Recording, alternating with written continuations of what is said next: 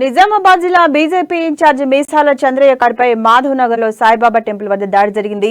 VRS party నాయకులు రాళ్లతో దాడి చేసి వాహనాన్ని ధ్వంసం చేశారు. ఘటనపై బీజేపీ నేత చంద్రయ్య పోలీసులకు ఫిర్యాదు చేశారు. ఇది హేయమైన చర్య అని, దాడికి పాల్పడే వారికి కఠినంగా శిక్షించాలని బీజేపీ నేతలు డిమాండ్ చేశారు.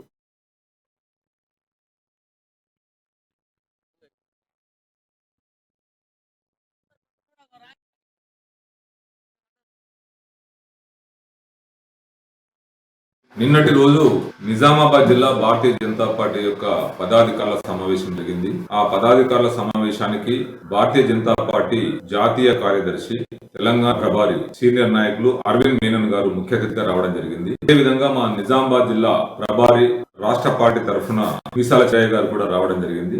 పదాధికారుల సమావేశాన్ని ముగించుకొని హైదరాబాద్ బయలుదేరిన మీసాల చంద్రయ్య గారి కారుని మాధవ్ నగర్ సాయిబాబా టెంపుల్ వద్ద గేటు పడ్డదని ఆగడం జరిగింది. ఆయన కారుకు ముందు ఒక 10-15 వెహికల్ ఉన్నాయి. ఆయన కారు వెనుక కూడా దాదాపు ఒక 8-10 వెహికల్ ఉన్నాయని చెప్పి ఆయన చెప్పడం జరిగింది. ఆయన కారుని ఇద్దరు వ్యక్తులు వెంబడించి రాళ్లతో దాడి చేయడం జరిగింది. దాదాపు 2-3 రాళ్లు కూడా కారులో మీడియా సమక్షంలో చూడడం జరిగింది.